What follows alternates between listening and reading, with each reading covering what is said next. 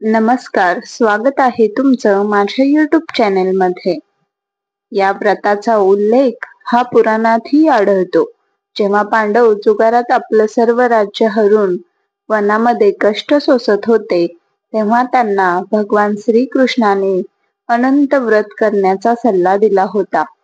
श्रीकृष्णाने युधिष्ठिरला म्हटले की जर त्याने विधीपूर्वक अनंत देवाचं व्रत केलं तर त्यांच्यावरील सारी संकटे दूर होतील आणि गेलेलं राज्यही परत मिळेल. श्रीकृष्णाने या व्रताचं महत्व सांगण्याबाबत एक कथा सांगितली, जी याप्रमाणे आहे.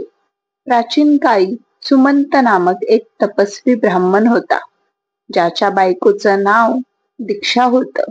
दोघांची एक अत्यंत सुंदर धर्मपरायण तसेच ज्योतिर्मयी कन्या होती, जिचं नाव सुशीला होतं. सुशीला जेव्हा मोठी झाली तेव्हा तिच्या आईचं म्हणजेच दीक्षाचं निधन झालं. पत्नीच्या मृत्यूनंतर सुमंतने कर्कशी नावाच्या स्त्रीशी दुसरा विवाह केला आणि सुशीलाचा विवाह सुमंतने कौंडिन्य ऋषीसोबत लावून दिला. पाठवणीच्या वेळी कर्कशाने जावयाला काही विटा आणि दगडाचे तुकडे बांधून दिले. कौंडिन्य आपल्या बायकोसोबत त्यांच्या आश्रमाकडे निघाले. रस्त्यात संध्याकाळ होऊ लागली आणि ऋषी नदी किनारी संध्यापूजा करू लागले.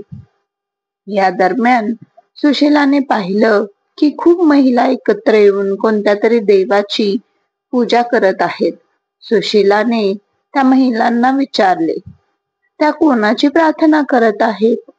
तेव्हा त्यांनी सांगितलं की त्या भगवान अनंताची पूजा करत असून या दिवशी त्यांचं व्रत करण्याचं फार महत्व असतं. व्रताच्या महत्वाबाबत ऐकल्यानंतर सुशीलाने या व्रताचं अनुष्ठान केलं आणि 14 गाठींचा धागा आपल्या हातात बांधला आणि ऋषींजवळ आली. कौंडिन्य यांनी तिच्या हातातील धाग्याबाबत विचारलं. तिने सर्व सांगितलं, पण ऋषींनी हे मानण्यास साफ नकार दिला आणि तो पवित्र धागा काढून अग्नीत टाकला. यानंतर त्यांची सर्व संपत्ती नष्ट झाली आणि ते दुःखी राहू लागले. या दारिद्र्याचं कारण त्यांनी आपल्या पत्नी सुशीला हिला विचारलं असता तिने अनंत देवाचा धागा जाण्याची बाब सांगितली. पश्चाताप करत ऋषींनी अनंत धाग्याच्या प्राप्तीसाठी वनात जायचं ठरवलं. जंगलामध्ये अनेक दिवस भटकून ते निराश होऊन जमिनीवर कोसळले. तेव्हा अनंत भगवान प्रकट झाले आणि म्हणाले की हे कौंडिन्य, तू माझा तिरस्कार केलास, त्यामुळे तुला हे कष्ट भोगावे लागले. तू दुःखी झालास, पण आता तुला पश्चाताप झाला आहे, त्यामुळे मी तुझ्यावर प्रसन्न आहे.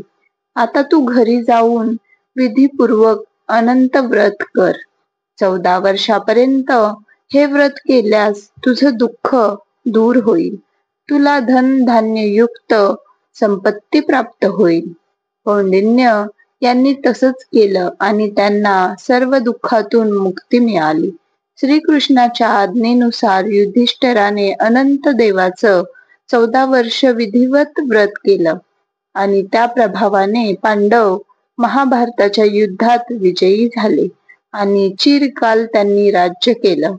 यानंतर अनंत चतुर्दशीचं व्रत प्रचलनात आलं. सनातन धर्मात दरवर्षी भाद्रपद महिन्यातील शुक्ल पक्षाच्या पौर्णिमेला अनंत चतुर्दशी साजरी केली जाते.